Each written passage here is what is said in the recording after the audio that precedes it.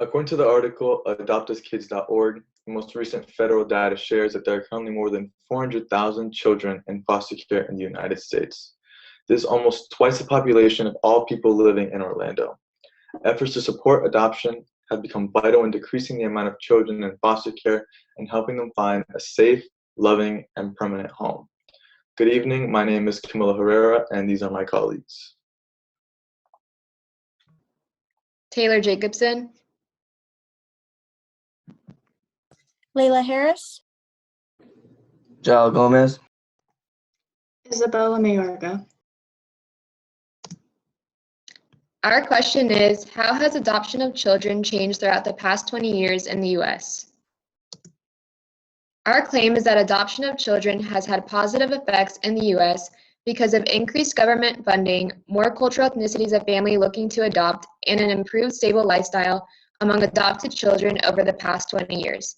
However, children shifting to a different lifestyle with their new adopted family may experience emotional distress throughout their future. In the year 1853, there were many children who were left on the street to fend for themselves. There were a good couple of people who would take them in from time to time, but one person who made a huge impact was Charles Loring Brace. He was the founder of the Children's Aid Society, which helped over 300,000 children who were orphans. Over the upcoming years, the adoption process became very common, especially during the baby scoop era. This was an era where many children were born from a mother who got pregnant before she was married, which was frowned upon, especially during this time. From 1940 to 1970, there were over 4 million children that were born before marriage, which caused the number of children in the adoption system to increase.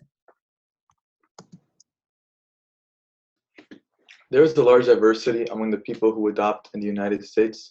The majority of people that have been adopting in America in the last 20 years are older people. The majority of people that adopt are over the age of 35. Men, more than twice as many men than women adopt in the United States.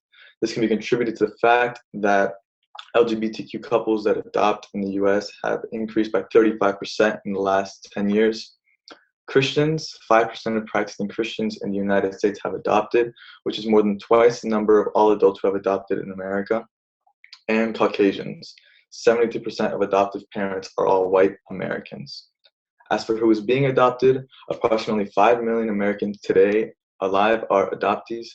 2 to 4% of all American families have adopted, and 2.5% of all children under the age of 18 are adopted. The amount of children that have been adopted in America with an Asian background has tripled from 2000 to 2011. What the graph on the screen implies is that a substantial portion of the white mothers were raising non-white children. Hispanic women were the second largest segment of adoptive mothers at 9%, still significantly smaller than the share of Hispanic adopted students. African American women at 6% made up the third largest segment, and multiracial women at 4%, the fourth largest. Adoption has changed the number of children of each race and each ethnicity in America. The proportion of adopted kindergartners being raised by a mother of a different race or ethnic group rose by 50% between 1999 and 2011. The racial distribution of children also varies by type of adoption, with children adopted from foster care most likely to be Black, and those adopted internationally least likely to be Black. The majority of children adopted in America are Caucasian, while internationally the majority are Asian at 59% of the population. What the graph on the screen displays is that white children make up the largest segment of adoptees at 39%, but they are far from the majority. Hispanic children with a next largest portion, representing nearly 23% of all adoptees, followed by Asian children at 17% and multiracial children at 11%. Black students represented nearly 9% of adoptees.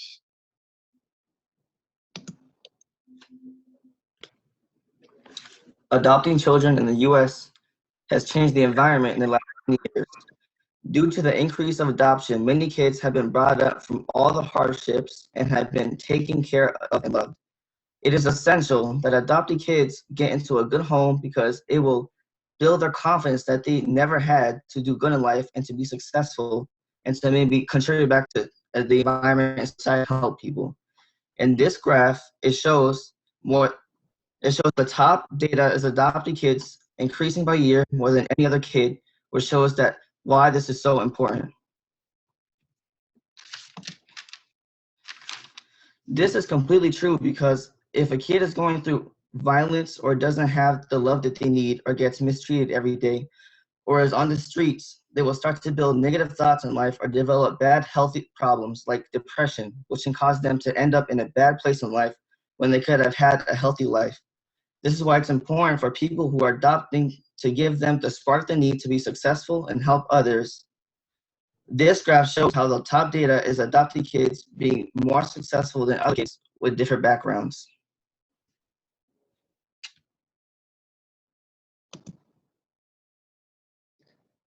Government incentives for adoption have provided support for families of different social statuses to adopt. For instance, the Tax Relief Act of 2001 created a $10,000 unqualified tax credit, which goes to families who adopt a child with special needs. A child is considered to be of special needs if the state welfare agency concludes a child is not able to return to their parents' home.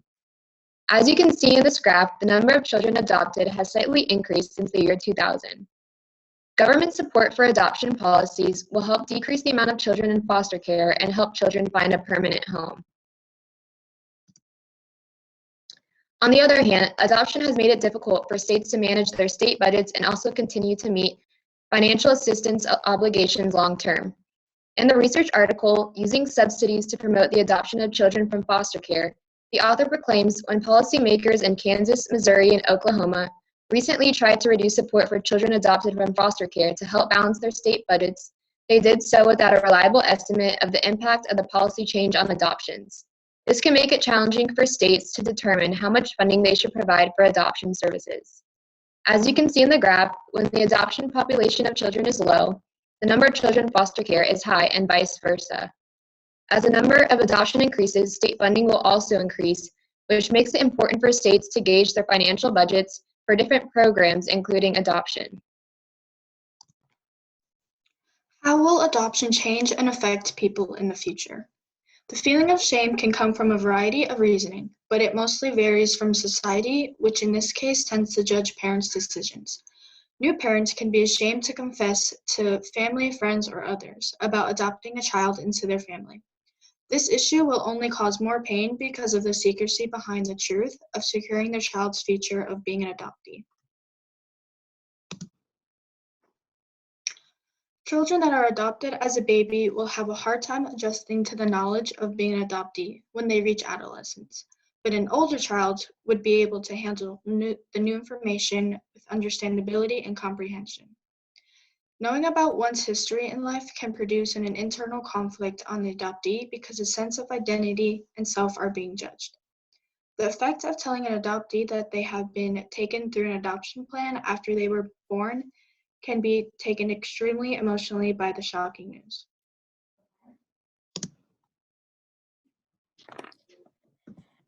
An increase for government funding, more adoption from multiple cultures, and emotional support services can help children build better lives and help them transition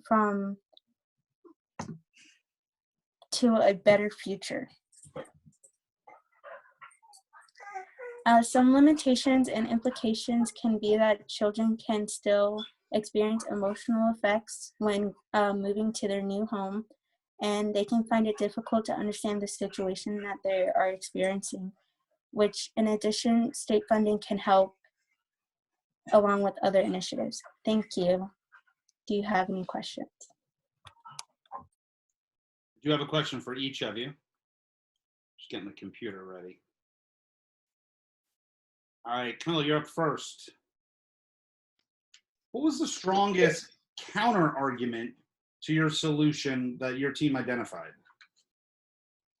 The strongest counter-argument to the solution was the counter-argument of state funding. States have to continue to meet financial assistance obligations like long-term. The state's required to determine how much funding they put into different programs, including adoption centers and foster care centers. All right, thank you. Layla, you're up next. In the future, what change would you make to your group norms, and how would you expect that to improve your team presentation? I would make sure that we would discuss dates more advanced than we did, because we were having trouble trying to figure out meeting times when we could all come together. So we need to make sure that we come up with Zoom meetings beforehand to help our group norms grow. All right, thank you. Gerald, you're up next. Thinking about the other people in your group, which persons had the biggest, which persons, what they either wrote in their paper, what they talked about, had the biggest impact on you understanding this whole situation better? I like Camilo's part because of the graphs and all the information he gave.